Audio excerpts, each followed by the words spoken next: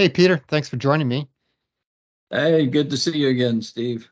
Good to see you. We're talking about one of those major real estate trends out there today, how hybrid work is reshaping the real estate market.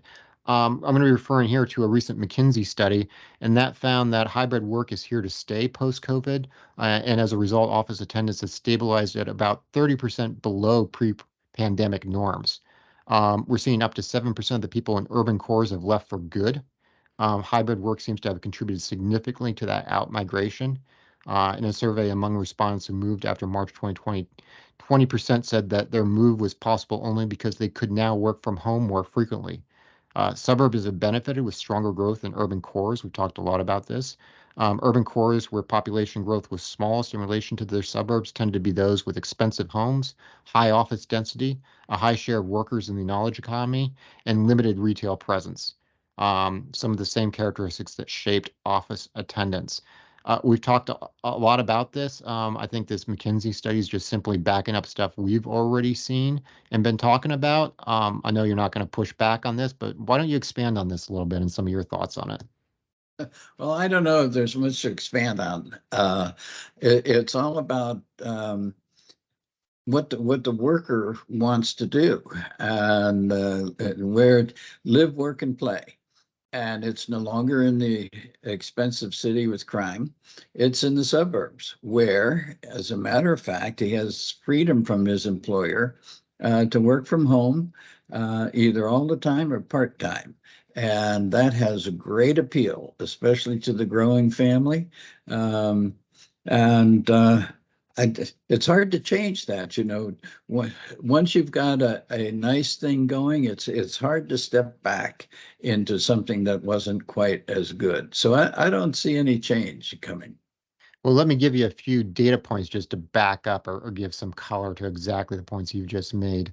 Um, we have seen in New York City's urban core lose about 5% of its population from mid 2020 to mid 22. San Francisco's lost about 6%.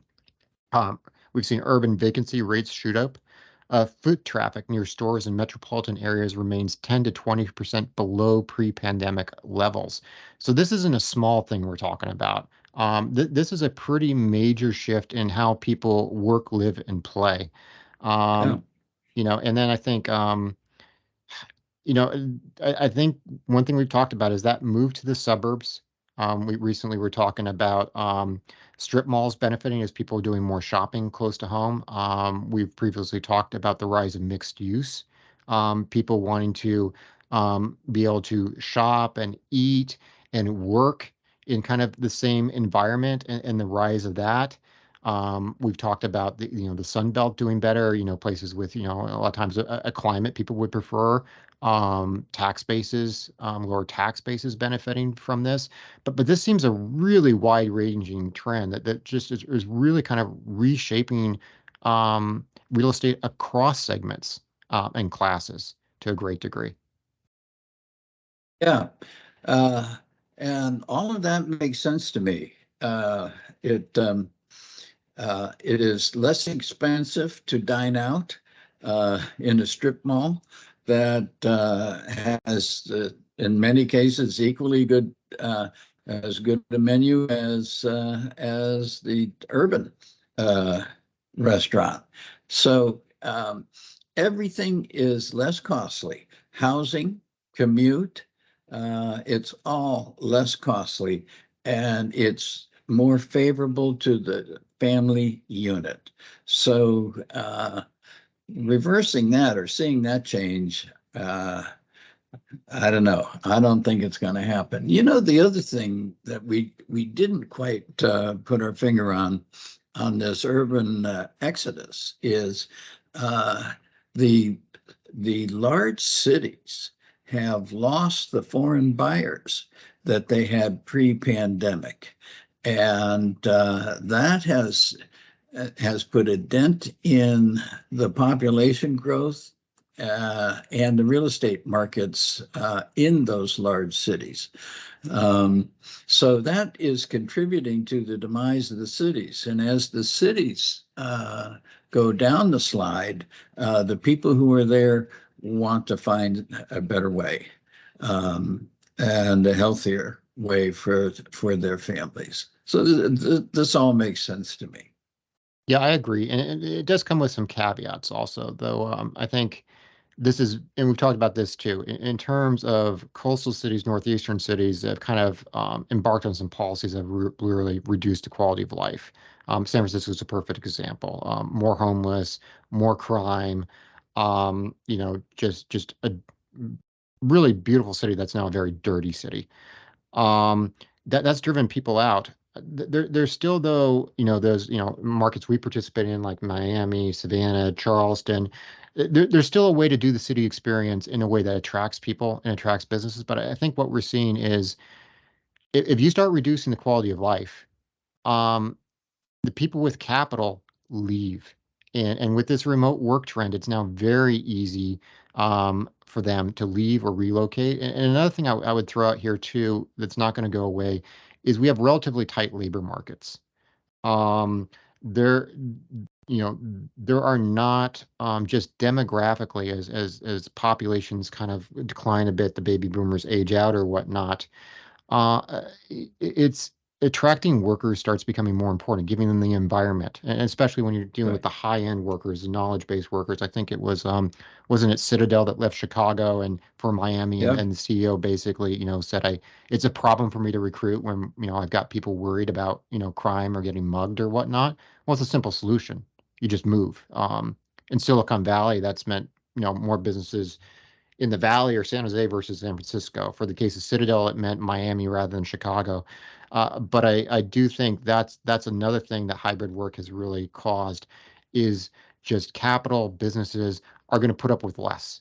And if you don't create the right environment, they're headed for the suburbs or they're headed for the Sun Belt or they're headed and I think that a lot of these cities are behind the curve on that. And by the time they realize it, it might be too late for some of them to really catch up again. It's going to be very difficult for them to catch up. And you're right. It's employers. Which came first, the move of the employer or the move of the individual in the work at home environment? I think they came simultaneously, and they kind of fed on each other. And if the work isn't there, the people aren't going to be there. And if they were there, they're going to leave. Yeah, so I think we're in agreement that, while the simplistic story of remote work has come and everybody's just going to be working out of their home, and all real estate classes, all offices just going to get hurt. That simplistic story is clearly false. But the story of hybrid work, the ability of people to be more mobile, that has really kind of is reshaping real estate and reshaping in a way that benefits some of the sun belts, that benefits the suburbs, that benefits mixed use, that benefits some different asset classes. Um, I don't think that story is overblown at all. I think that's the real story. It's a little more nuanced and complicated than just remote work came and everybody went home and stayed home. But the story of hybrid work, the ability to, work from different locations and to spend some time at home that is really driving some really big changes. I think that story 100% is a big deal and it's going to be driving real estate for years to come. Yeah, I think so too. Absolutely. And you mentioned mixed use. Uh, Throughout the Southeast where I'm traveling, I'm seeing new mixed use projects every single day. So they're popular and they're selling out. Yeah, and not and we'll cover some of this other stuff too, but I think another thing also happening here is the millennial generation starting to move to family formation. And that's just another thing where when you're raising a family, you want different things than being a young person. And it's another problem for some of these urban cores, and it's another thing that's going to feed mixed use. It's going to feed suburbs.